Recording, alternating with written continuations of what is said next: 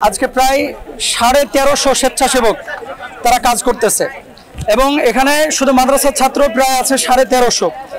সাধারণ ছাত্র বিশ্ববিদ্যালয় থেকে কলেজ থেকে এসেছে, এরকম আরো অনেক ছাত্র আছে যে ছাত্ররা আজকে কাজ করতে এসেছে। এই পর্যন্ত কত টন চাল ডাল এসেছে এবং ত্রাণ কার্যক্রমে পাঠানো হয়েছে আপনাদের সামনে আমরা তুলে ধরছি। আসুন্নাহ ফাউন্ডেশনে এখন পর্যন্ত চাউল এসেছে প্রায় 622 টন, ডাল এসেছে 120 টন, খেজুর এসেছে 80 টন, চিড়া এসেছে 30 টন, চিনি এসেছে 15 টন, লবণ এসেছে 67.5 টন, তেল এসেছে 1,39,999 লিটার। আলহামদুলিল্লাহ এখন পর্যন্ত 60 ট্রাক স্পটে চলে গেছে, 60 ট্রাক ত্রাণ, যেটা ফেনীতে চলে গেছে, কুমিল্লায় চলে গেছে, তারপরে নোয়াখালীতে চলে গেছে।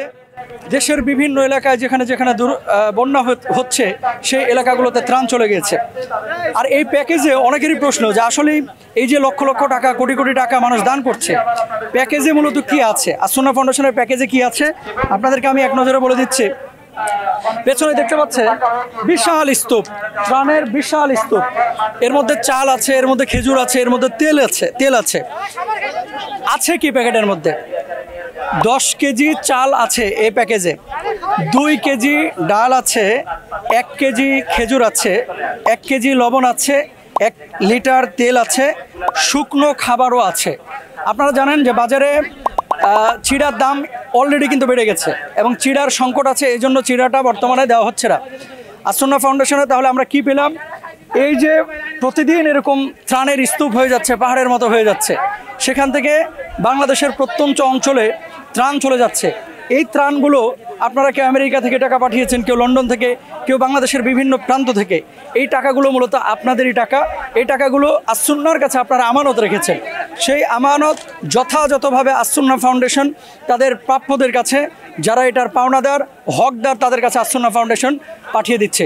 বরাবর মতো আসুন্নাহ ফাউন্ডেশন, আপনারা সকলেই জানেন যে এটা গতানুগতিক কোনো ফাউন্ডেশন না।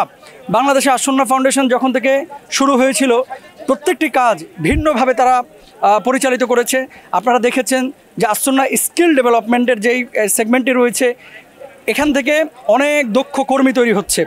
আসুন্নাহ সেলাইয়ের কাজের ব্যবস্থা করেছে আমাদের মায়েদের জন্য, বোনদের জন্য। আসুন্নাহ ত্রাণের ব্যবস্থা আসুন্নাহ ফাউন্ডেশন আপনাদের ডোনেশনের মাধ্যমেই প্রতি বছরই করে থাকে।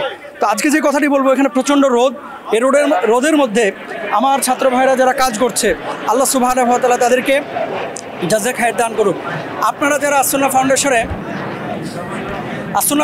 আপনারা যারা দান করছেন এবং করেছেন, আগামীতেও আপনারা আসুন্নাহ ফাউন্ডেশনের সাথে থাকবেন। আসুন্নাহ ফাউন্ডেশনের সাথে আমরা আছি ইনশাল্লাহ, আমরণ আসুন্নাহ ফাউন্ডেশনের সাথে আমরা থাকবো ইনশাআল্লাহ তাআলা। এখানে আরেকটি চিত্র আমি দেখেছি, গতকালকেও আমি এসেছিলাম, দাদার সাথে নাতি এসেছে কাজ করতে। আবার এখানে এমনও চিত্র দেখেছি বাবার সাথে সন্তান এসেছে, তারপরে মা সন্তানকে এখানে নামিয়ে দিয়ে গেছে। তো সন্তান বাবার সাথে কাজ করছে, বাবা সন্তানের সাথে কাজ করছে, নানা নাতির সাথে কাজ করছে, নাতি নানার সাথে কাজ করছে। আজকে এমন ওস্তাদ আমরা পেয়েছি এখানে, যেখানে এক ওস্তাদ 450 ছাত্র নিয়ে এখানে এসেছে। আমরা দেখলাম আহমদ এডুকেশনের অনেক ছাত্র এখানে আছে, যাত্রাবাড়ি মাদ্রাসার অনেক ছাত্র এখানে আছে, বাড্ডা মিফতাহুল উলুম মাদ্রাসার অনেক ছাত্র এখানে আছে, শত শত ছাত্র।